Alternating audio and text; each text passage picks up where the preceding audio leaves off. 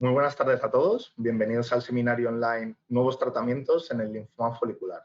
¿Podemos realizar un tratamiento personalizado? Organizado con motivo de la 12ª edición de la Semana de las Enfermedades Oncomatológicas, más conocida como la SEMO.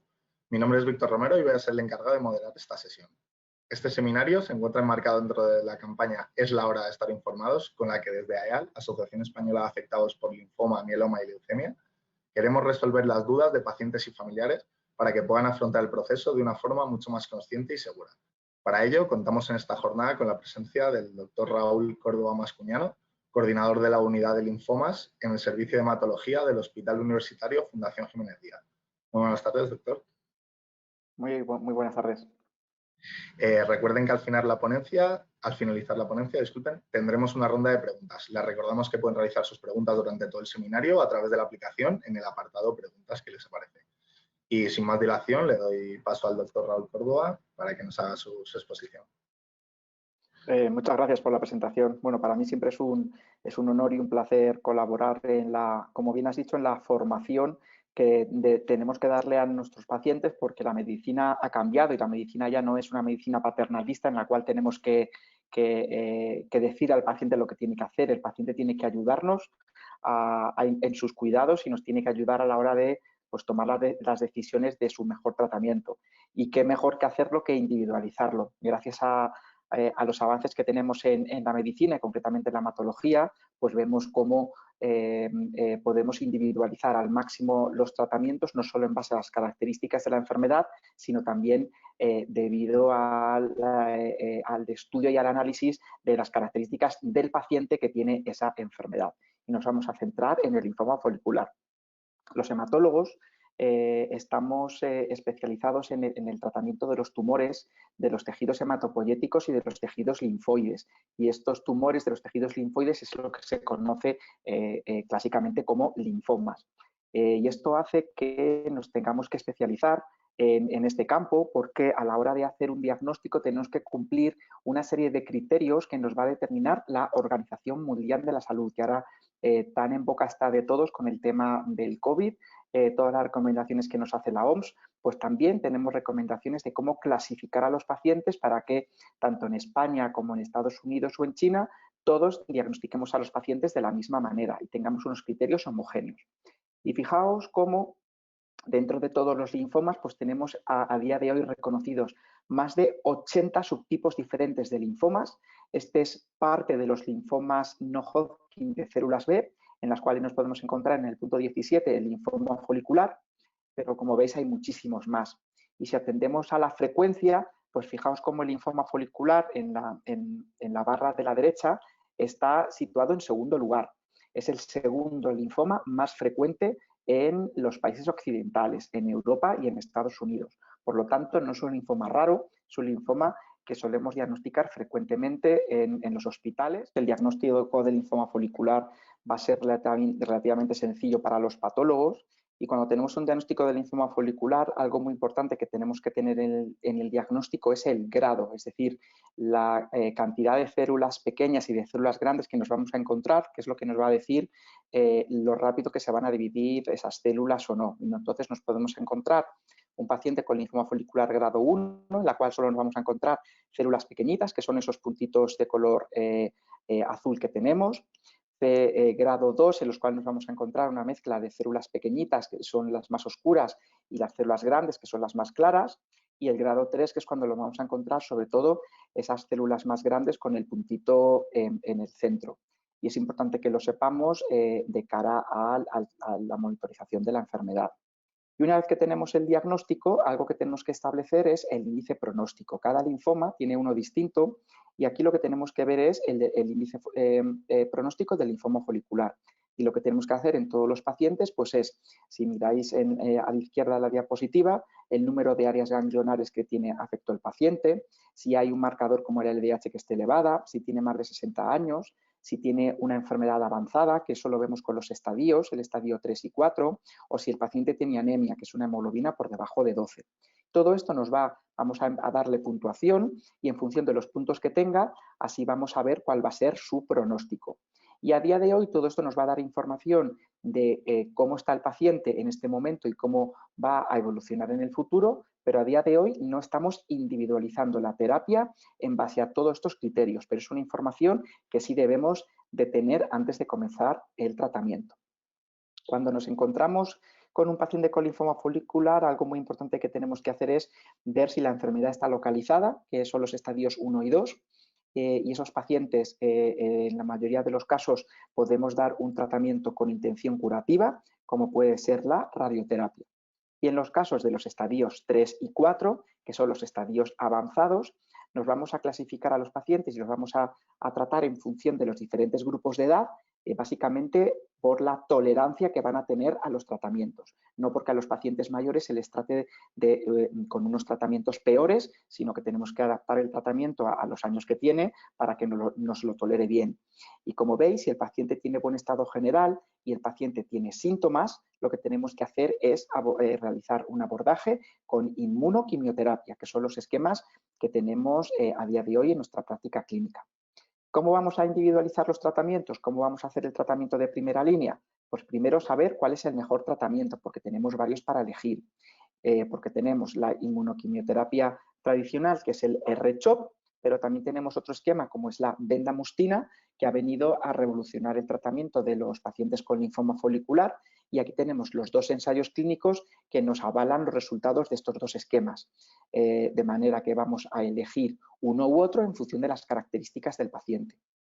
¿Qué nos va a aportar el tratamiento de mantenimiento en una primera línea? ¿Qué quiere decir esto? Pues cuando nosotros le damos a un paciente un tratamiento de quimioterapia, que habitualmente suelen ser 6 ciclos, o bien de R-CHOP o de R-bendamustina, lo que hacemos es darle un tratamiento de recuerdo durante 2 años para consolidar esa respuesta y evitar que la enfermedad aparezca. Y tradicionalmente lo hacemos con rituximab, que era el anticuerpo que teníamos aprobado para los linfomas de células B, como es el linfoma folicular. Tenemos un ensayo clínico, como es el ensayo PRIMA, que ya tenemos un seguimiento a 10 años. Tenemos datos que podemos obtener de realizar mantenimiento después de bendamustina rituximab en este estudio que se llama MindTime. Y luego podemos hacer también mantenimiento con obinutuzumab, siempre que los pacientes hayan recibido este anticuerpo en la primera línea, y estos resultados nos vienen del ensayo Galio. Y algo muy importante que tenemos que hacer es reconocer a los pacientes con alto riesgo de progresión, que son aquellos que se llaman POD24, y son aquellos que nos van a recaer o la enfermedad va a aparecer en los primeros 24 meses desde que acabamos el tratamiento, porque sabemos que estos pacientes tienen un peor pronóstico porque van a necesitar más terapias y sabemos que su supervivencia se va a ver acortada.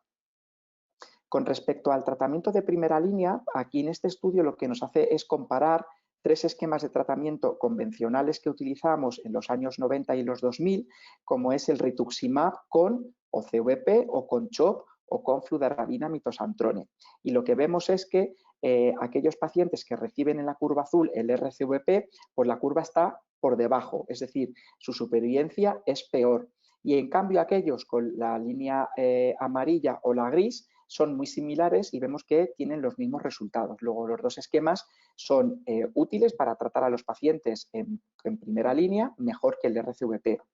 En cambio, cuando nos atendemos a la supervivencia global, es decir, a lo que van a vivir los pacientes, fijaos cómo las 3 estrategias de tratamiento son muy parecidas, las 3 gráficas van igual. Y como veis, nos vamos a encontrar que a 10 años van a estar vivos más del 80% de los pacientes, por lo que a pesar de ser un cáncer linfático, los pacientes van a tener una supervivencia muy prolongada. En el año 2013 se publicó este trabajo que vino a revolucionar el tratamiento del linfoma folicular, porque lo que vino fue a comparar un esquema de tratamiento nuevo, que era la bendamustina, junto con el anticuerpo, que es el rituximab, y lo comparó con R-CHOP, que era el tratamiento estándar.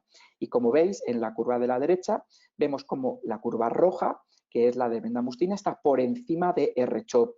Luego vemos que al menos no es inferior que el tratamiento convencional, y es un esquema que podemos ofrecer a nuestros pacientes.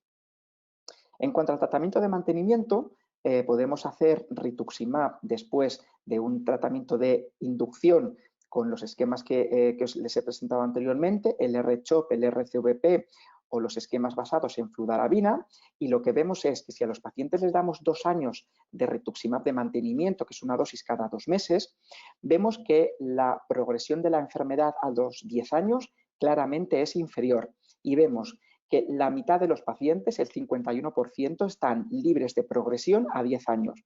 Y si no hacemos nada, están libres de progresión el 35%. Aunque es cierto que cuando vemos la supervivencia a 10 años, ambos grupos son iguales. Luego parece que el hacer rituximab de mantenimiento va a prolongar el tiempo en el que el paciente va a estar sin recaer, pero luego parece que a la larga la supervivencia, al menos con este seguimiento a 10 años, es similar. ¿Qué ocurre con rituximab de mantenimiento después de bendamustine? Pues que no tenemos un ensayo clínico como el que les he presentado anteriormente, pero sí existe información sobre pacientes que han sido tratados con R-bendamustine y que han recibido rituximab de mantenimiento, y lo que hacemos es ver cómo van. Y lo que vemos es que aquellos que han recibido bendamustine rituximab solo, que es la curva de abajo, que es la curva marrón, pues es inferior a la que aquella que recibe rituximab de mantenimiento. Luego, aunque esto no sea un ensayo clínico y sea un estudio de comparación de 2 estudios diferentes, existe información que nos avala que rituximab la podemos utilizar después de dar 6 ciclos de bendamustine rituximab. La elección de R-CHOP o de R-bendamustine va a ser en función de las características del paciente, porque R-CHOP lleva un fármaco que es la doxorubicina, que puede producir toxicidad cardíaca, y tenemos que evitarlo en los pacientes que tienen problemas de corazón. ¿Qué ocurre cuando tratamos de mejorar los resultados que tenemos actualmente? Pues hay una estrategia que es la introducción de un anticuerpo monoclonal nuevo. Y lo que hacemos es, en lugar de utilizar rituximab, lo que hacemos es utilizar obinutuzumab, que es un anticuerpo que se une a la misma molécula que el rituximab, que es el CD20, pero es un anticuerpo que llamamos de tipo 2 o de segunda generación, que es mejorado y es más eficaz que rituximab. Y lo que se hace en este estudio es comparar pacientes que reciben quimioterapia, unos con rituximab, otros con obinutuzumab. Y como vemos, la curva naranja, que es la del obinutuzumab, es superior a la curva azul, que es el rituximab. Aquí tenemos supervivencia libre de progresión. Vemos que los pacientes que reciben obinutuzumab están más tiempo sin progresar la enfermedad. Y el tiempo hasta comenzar el siguiente tratamiento también es superior cuando administramos obinutuzumab. Por lo tanto, se puede demostrar que este nuevo anticuerpo podemos conseguir mejorar los resultados en nuestros pacientes con linfoma folicular. Es un anticuerpo que está aprobado, pero no está financiado por el Sistema Nacional de Salud en España. Por lo tanto, aunque sepamos que es mejor, de momento no lo podemos prescribir a nuestros pacientes. Y además de conseguir que el paciente esté más tiempo sin progresar, pues lo que hace es mejorar la calidad de la respuesta. Cuando nosotros evaluamos a los pacientes y vemos si el paciente ha desaparecido toda la enfermedad, podemos medir lo que llamamos los restos de la enfermedad. La EMR es la enfermedad mínima residual y es detectar aquellos restos que técnicas convencionales como el TAC no son capaces de identificar. Y como vemos, aquellos pacientes que reciben G-quimio, es decir, el obinutuzumab con la quimio, conseguimos mejorar esta respuesta en sangre del 84% al 92% y en médula ósea del 82 al 93%. Luego incrementamos más de un 10% a aquellos pacientes en los cuales no somos capaces de detectar la enfermedad de ninguna con las técnicas que tenemos. Y esto es muy importante porque aquellos pacientes que alcanzan enfermedad mínima residual negativa, que es la línea azul, oscura, son aquellos pacientes que van a tardar mucho más en recaer o progresar la enfermedad. Luego es muy importante alcanzar esta calidad de la respuesta. ¿Qué ocurre? Pues que además de ser muy eficaz, pues también nos puede dar algunos problemas. Y fijaos cómo el utilizar el obinutuzumab hemos visto que nos va a incrementar la probabilidad de tener otros tumores, que son las segundas neoplasias. Y hemos visto cómo esto sobre todo se incrementa cuando combinamos el obinutuzumab con la bendamustine. Nos podemos encontrar, fijaos abajo, hasta un 10% de pacientes, 1 de cada 10, que van a desarrollar un segundo tumor. Por lo tanto, si nosotros queremos elegir el obinutuzumab en el tratamiento de la primera línea para conseguir una supervivencia de progresión mayor y una mayor calidad de respuesta con enfermedad mínima residual negativa, el compañero de viaje no se recomienda que sea la bendamustina y se recomienda que lo combinemos con CHOP y con CVP. En cambio, si vamos a utilizar bendamustina, su mejor compañero de viaje es rituximab. Por lo tanto, cuando sepamos cuál es el objetivo de tratamiento con nuestro paciente y qué es lo que vamos a querer conseguir en función de tipo de respuesta y de calidad de respuesta, podremos elegir qué esquema de quimioterapia utilizar y qué anticuerpo utilizar. Y algo muy importante que tenemos que ver es conseguir que los pacientes, cuando los tratamos, no nos recaigan en los primeros 24 meses, porque vemos que son los pacientes que van a tener una peor supervivencia. Fijaos cómo aquellos pacientes que no recaen en los primeros 24 meses y los llamamos recaídas tardías, que es la línea roja, su supervivencia es muy alta. Fijaos que a 9 años está por encima del 90%. En cambio, cuando nos encontramos aquellos pacientes que progresan en menos de 24 meses, vemos que su supervivencia a los 9 años es inferior al 50%. Luego, claramente, el linfoma es algo que va a cortarles la vida. Por lo tanto, tenemos que ofrecerles la mejor estrategia de tratamiento. Y a día de hoy no sabemos qué pacientes son los que se van a comportar como los POD24 o como los que van a recaer de forma precoz. Y existen numerosas estrategias, como veis en estas 3 tablas, el índice pronóstico internacional que os he enseñado anteriormente, el FLIPI, que no nos ayuda mucho, porque como veis, solo nos identifica al 56% de los pacientes que nos van a recaer de forma precoz. Se ha tratado de mejorar el FLIPI con marcadores genéticos y ese 56% pues pasamos al 79%, y tratamos de mejorarlo, pero a día de hoy no sabemos a priori quiénes son estos pacientes que van a tener un peor pronóstico porque nos van a recaer en menos de 24 meses. ¿Qué ocurre cuando nos enfrentamos a una recaída? Pues lo que sabemos es que a medida que vamos tratando a los pacientes, pues la respuesta que vamos a ir teniendo es menor. Fijaos cómo cuando el paciente nos recae por primera vez, cuando lo tratamos por primera vez vamos a tener un 88% de respuestas y a medida que va recayendo, el porcentaje de respuestas es cada vez menor. Esto quiere decir que el linfoma se hace cada vez más resistente. Y a medida que vamos tratando, la duración de la respuesta es menor. Se estima que cuando tratamos a un paciente, de media, va a estar entre 3 y 4 años sin enfermedad y sin recaer. Pero fijaos, cuando ya recae por primera vez, la duración de la respuesta va a estar en torno a 1 año, 13 meses, y cuando nos recae por tercera vez, la duración de la respuesta cada vez es más corta, es de solo 6 meses. Y es en este momento cuando tenemos que buscar lo mismo, la individualización de qué es lo que hemos hecho antes para poder ofrecerle la mejor estrategia de tratamiento. ¿Qué preguntas quedan sin responder en la recaída? Pues cuál es el mejor esquema de tratamiento.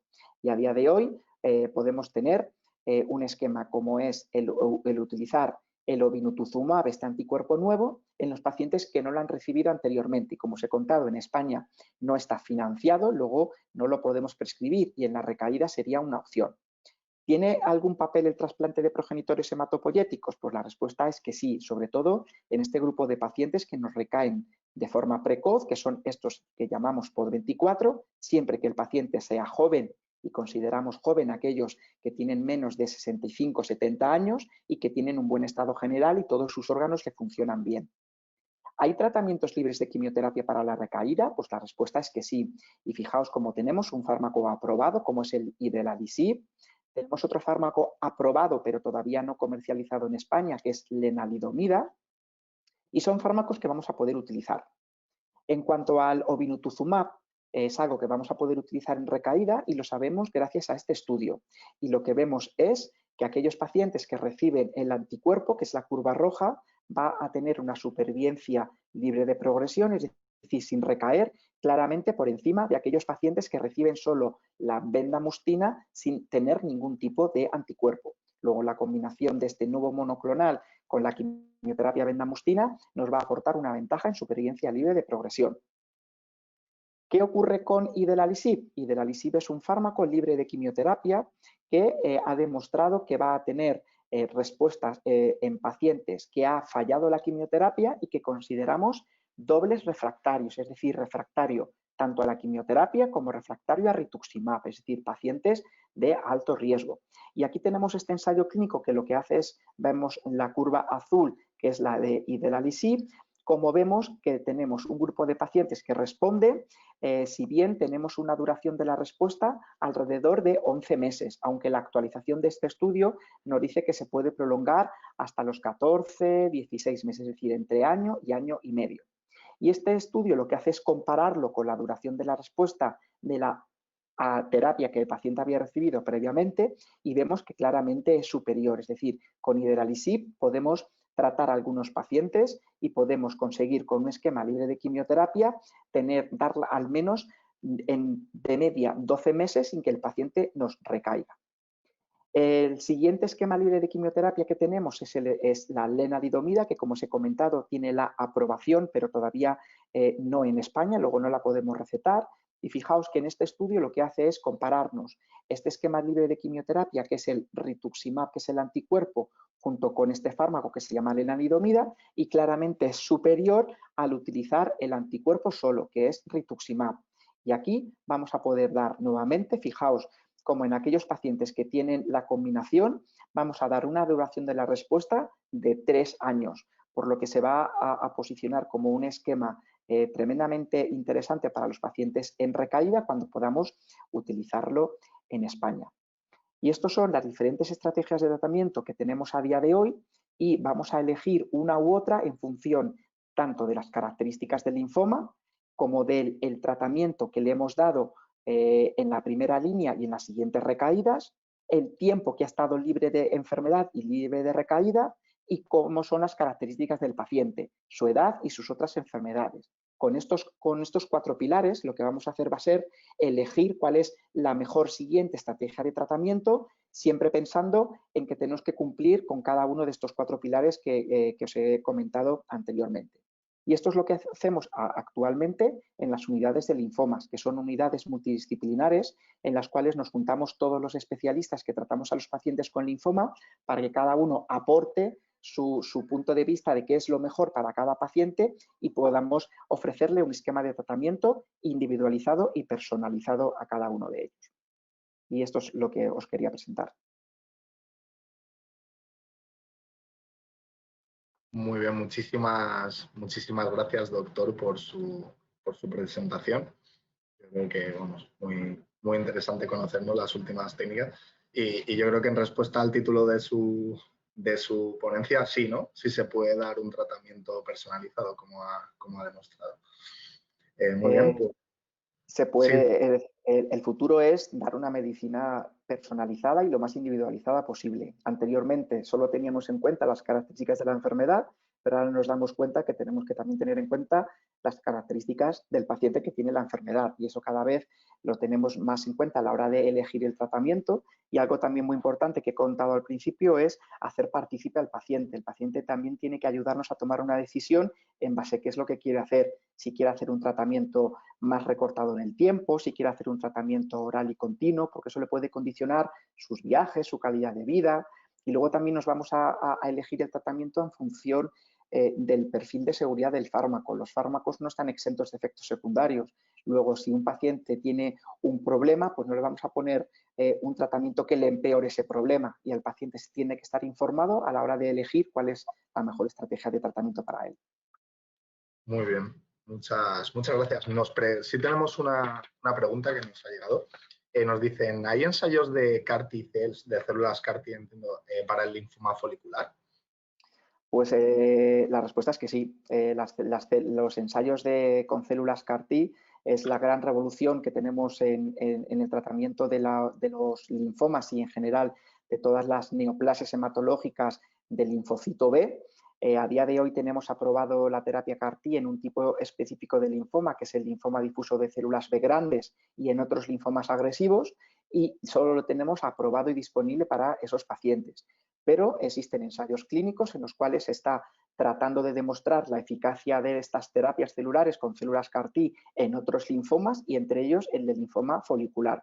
Y se han presentado resultados en el Congreso Americano de Oncología, que ha sido celebrado recientemente en el mes de junio en ASCO, que ha sido un congreso virtual, y se han presentado resultados tremendamente espectaculares de hasta un 80% de respuestas de pacientes que responden a la terapia y aunque tenemos un seguimiento corto todavía, pues parece que esas respuestas parecen que pueden ser duraderas, aunque es cierto que todavía son resultados muy preliminares. Esto quiere decir que sí hay respuestas, que hay muchísima investigación y que esperamos que en un futuro que no sea muy lejano también podamos tener la aprobación para el uso de CAR-T en pacientes con linfoma folicular. La respuesta es que sí.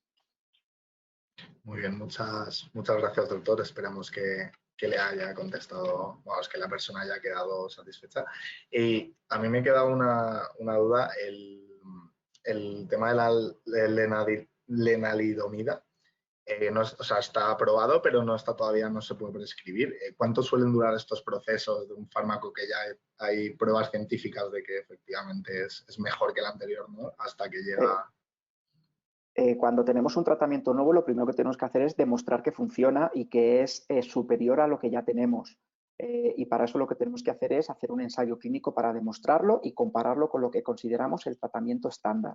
De ahí que es muy importante que cuando tengamos fármacos nuevos se lo ofrezcamos a nuestros pacientes y le contemos la importancia de participar en ensayos clínicos, porque por un lado va a generar ese conocimiento para acelerar la aprobación de fármacos, pero por otro lado el paciente va a acceder a un fármaco mucho antes de lo que estaría comercializado. Estos pacientes que fueron incluidos en el ensayo clínico de lenalidomida probablemente fueron tratados hace 3 y 4 años y todavía en España no está disponible. Los dos pacientes se han beneficiado muchísimo antes de un tratamiento libre de quimioterapia que claramente es muy eficaz.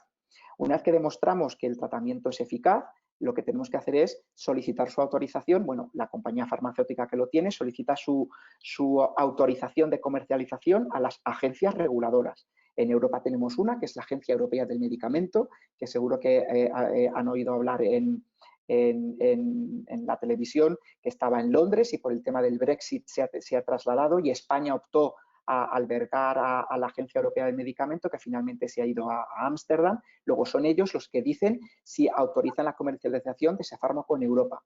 Y una vez que se autoriza en Europa, hay que ir viendo país por país cuándo se aprueba y se financia este nuevo fármaco y, sobre todo, cuánto está dispuesto a pagar el país por este tratamiento. Entonces, lo que más tarda muchas veces es esta negociación que hay con todos los Estados miembros de la Unión Europea para ver cuánto estamos dispuestos a pagar como sociedad por un tratamiento innovador, en este caso como es un esquema libre de quimioterapia para el linfoma. Y entiendo que ahora mismo estamos en esas fases de negociación y espero que en los próximos meses, espero que sea muy poquito tiempo, podamos recurrir ya a esta terapia. Muy bien, doctor, muchas gracias por la respuesta.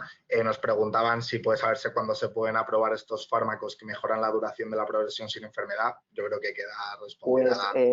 Pues si damos tiempos, pues desde que tenemos los datos de que un fármaco es eficaz, los primeros que lo aprueban siempre son los americanos, la agencia, la FDA, que es la agencia americana.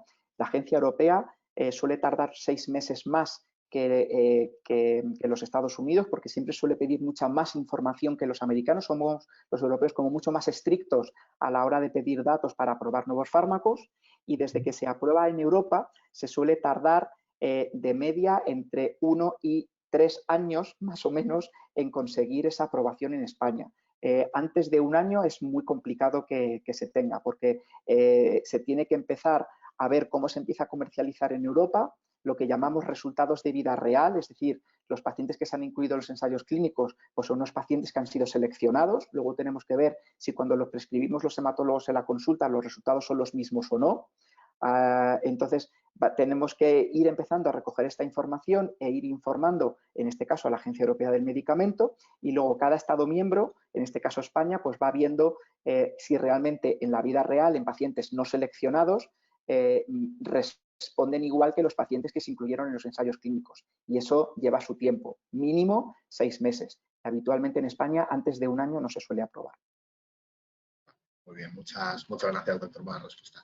Y por último nos preguntan, a día de hoy, ¿por qué todavía se considera incurable el linfoma folicular cuando se describen bastantes pacientes con remisiones por encima de los 10 años?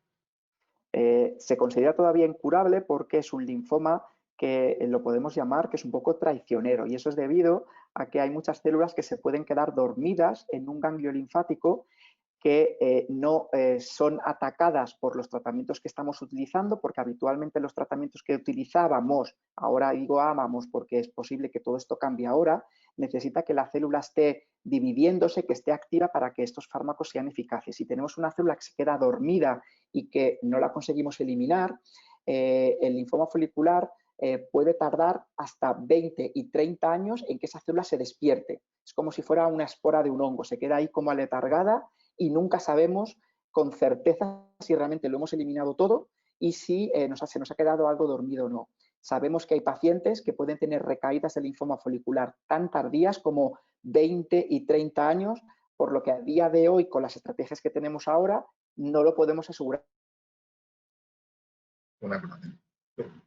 ¿Lo hemos perdido, doctor? ¿Hola? ¿Nos escucha?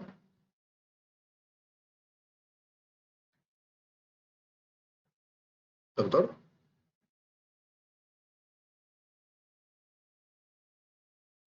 O parece que tenemos otra vez problemas técnicos. Vamos a intentar realizar la misma operación de antes, a ver si conseguimos recuperarle. Y ya realizar la última pregunta.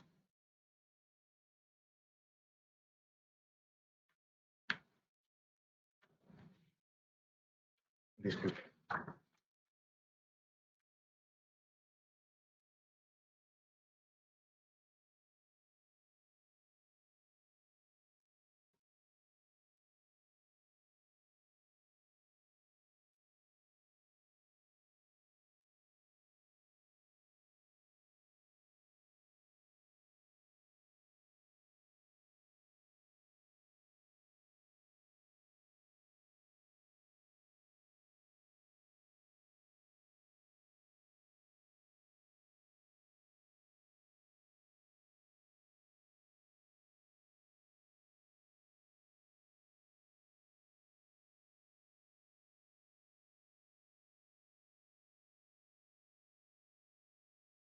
Vale, ya estamos recuperando al doctor.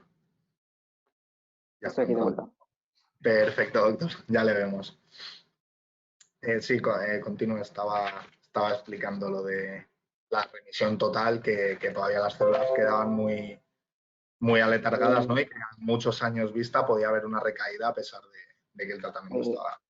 Eso es, quizás las nuevas estrategias de tratamiento que no están basadas en dañar a la célula cuando se está dividiendo, es posible que podamos eliminar de todo la enfermedad con nuevas estrategias, con nuevos anticuerpos monoclonales, con terapias moleculares dirigidas, con nuevos inmunomoduladores como la lenalidomida y los que vienen en desarrollo, las terapias CAR-T. Es posible que en el futuro tengamos que cambiar esta frase que siempre decimos al principio, que el linfoma folicular es incurable, y decimos, yo siempre digo al paciente, es incurable, a día de hoy con las estrategias clásicas y antiguas de tratamiento. No sabemos qué va a pasar dentro de 10, 20 años porque las estrategias son totalmente novedosas y es posible que nos cambie lo que llamamos la historia natural de la enfermedad. Pero a día de hoy, el que el paciente esté en remisión completa, es decir, que no lo detectamos la enfermedad con las pruebas de imagen, que no detectamos enfermedad residual, es decir, que con todo lo que tenemos no somos capaces de detectar enfermedad, que no quiere decir que no la haya, porque siempre puede quedar algo a nivel microscópico escondido y aletargado y despertar cuando no lo sabemos. Lo que tenemos que hacer es que cuanto más tarde mejor, porque hemos tenido ya años de desarrollo y vamos a poder tener nuevos tratamientos totalmente novedosos para poder ofrecerle a nuestros pacientes. Muy bien, doctor. Muchas gracias. Nos han entrado 2 preguntas más, así que me voy adelante. Nos dicen, ¿hay actualmente ensayos con anticuerpos monoclonales? Existen ahora mismo en hematología, iba a decir infinitos, muchísimos ensayos clínicos con muchísimos fármacos. La investigación clínica con ensayos clínicos en linfomas es tremendamente rica. Tenemos muchísima investigación y muchísimos fármacos en desarrollo. Y uno de los fármacos son anticuerpos monoclonales. Los anticuerpos monoclonales son proteínas que se diseñan en el laboratorio contra moléculas que tienen las células tumorales en su superficie. Entonces, lo primero que tenemos que saber es identificar qué moléculas son para tratar de diseñar ese anticuerpo contra esas moléculas. Y existen numerosas moléculas identificadas, lo mismo que el rituximab y el obinutuzumab van contra una molécula que se llama CD20, pues existen muchísimas otras, CD22, CD23, CD79, todos están desarrollando anticuerpos clínicos que vayan contra estas dianas para tratar de ser mucho más eficaz a la hora de eliminar la enfermedad que lo que tenemos ahora, que son los anticuerpos que se pegan al CD20. Y otra estrategia que tenemos con anticuerpos monoclonales es voy a reconocer una proteína que está en la superficie de la célula, tumoral, en este caso en el linfoma folicular, y por otro lado lo que voy a hacer va a ser voy a reclutar a las células del sistema inmune del paciente y la voy a pegar a la célula tumoral para que sea el sistema inmune del paciente el que destruya y elimine la célula tumoral. Estos son los que llamamos anticuerpos biespecíficos, porque se unen a dos sitios distintos. Por un lado a la célula tumoral, a la célula del linfoma folicular y por otro lado a la célula del sistema inmune del paciente. A día de hoy los anticuerpos biespecíficos solo están aprobados en un tipo de leucemia que se llama leucemia aguda linfoblástica, pero se están desarrollando ensayos clínicos y nuevos anticuerpos para todo tipo de linfoma. Y hay ensayos clínicos en los cuales pueden incluirse pacientes con linfoma folicular. Muy bien, doctor, muchísimas gracias. Nos preguntan también, estoy empezando tratamiento con obinutuzumab y CHOP. Mi linfoma es folicular de bajo grado. ¿Hay algo que me indique la probabilidad de recaída? Pues como os he comentado anteriormente, no tenemos ningún buen marcador que nos ayude a predecir cómo van a ir estos pacientes. Cuando tenemos un diagnóstico de linfoma folicular y comenzamos el tratamiento, algo que nos va a ayudar es el índice pronóstico, lo que os he presentado anteriormente con el FLIPI.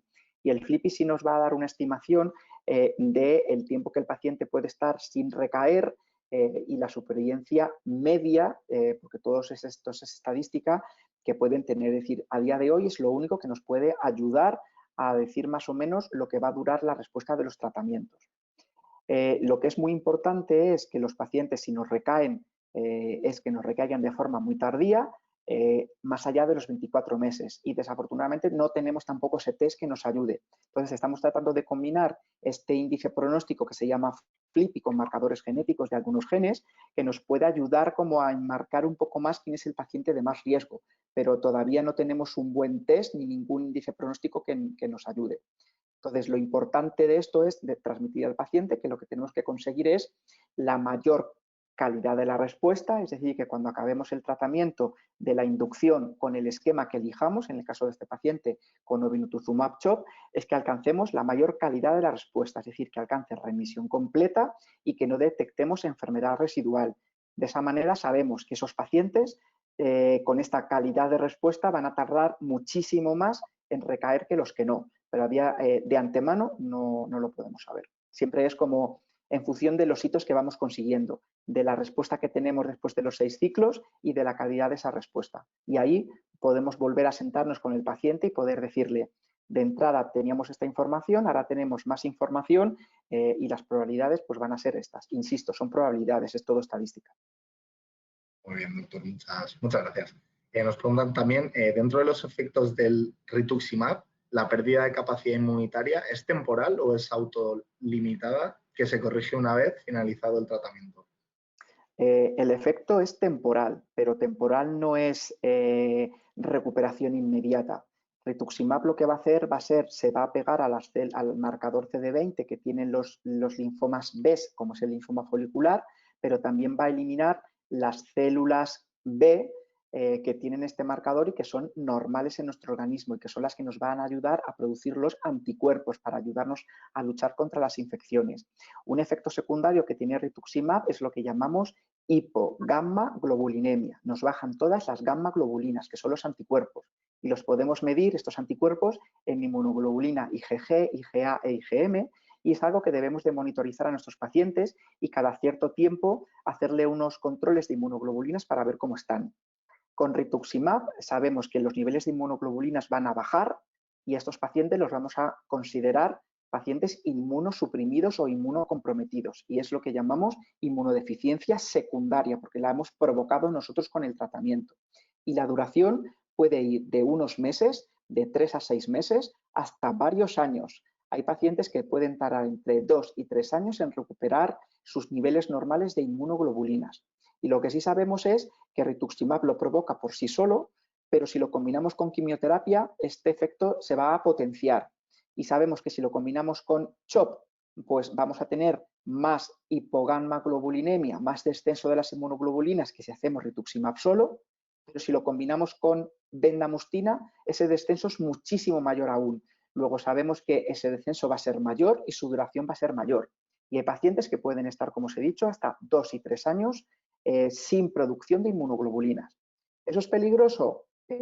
Sí, porque le está exponiendo a un riesgo de infecciones. No que las vaya a tener, simplemente riesgo. Si un paciente no se infecta y el paciente está asintomático, no tenemos que hacer nada, simplemente vigilarlo. Si el paciente, a pesar de tener inmunoglobulinas bajas, empieza a infectarse y empieza a ingresar en el hospital, lo que tenemos que hacer es administrar las inmunoglobulinas que él no produce, que las podemos poner como si fuera un suero, es decir, disponemos de ellas para poder ponérselas, pero no es necesario ponérselas a todo el mundo. Muy bien, doctor, muchas gracias. Y por último nos preguntan, mi recaída ha sido a los 15 años después del tratamiento. ¿Cuál considera que sería la mejor estrategia? ¿Tratamiento anterior CHOP más rituximab?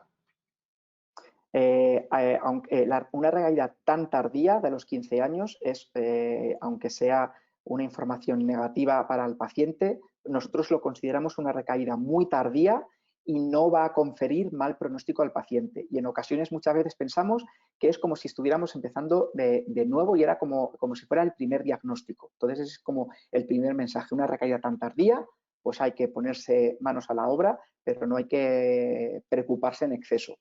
Siempre que el paciente nos recae, tenemos que asumir, como os he contado anteriormente, que viene de una célula que se haya quedado dormida en algún sitio y que el R-CHOP que se le dio al principio no consiguió eliminarla.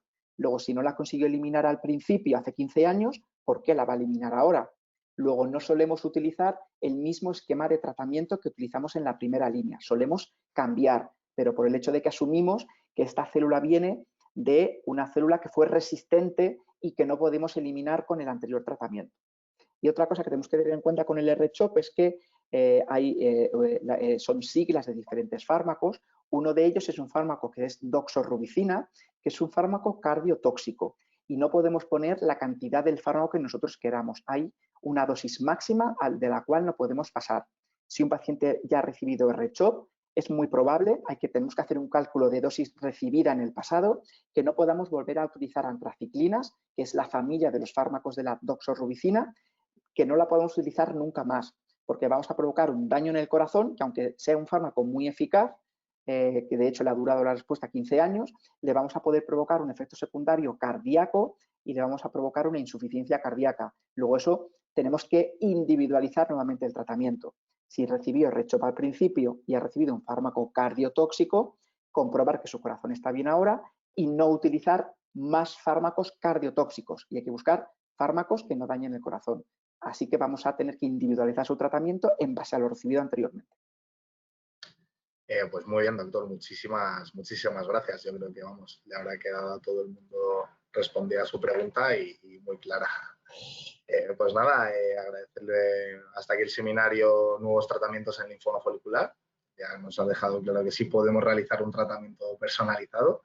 Y nada, agradecer una vez más al doctor Raúl Córdoba Mascuñano su intervención, recordarles que nos presta su tiempo de forma altruista y, por supuesto, agradecer a todos los participantes su asistencia e interés. Esperamos que les haya resultado interesante y les haya servido para resolver todas sus dudas. Recordarles que el seminario queda grabado, ¿vale? Lo tendrán disponible en nuestro canal de YouTube de GEPAC y también en la web realizada con motivo de la SEMO, que es www.aeal.es/SEMO2020. Muchísimas gracias a todos. Muchas gracias, doctor, y buenas tardes. A vosotros, hasta luego. Hasta luego.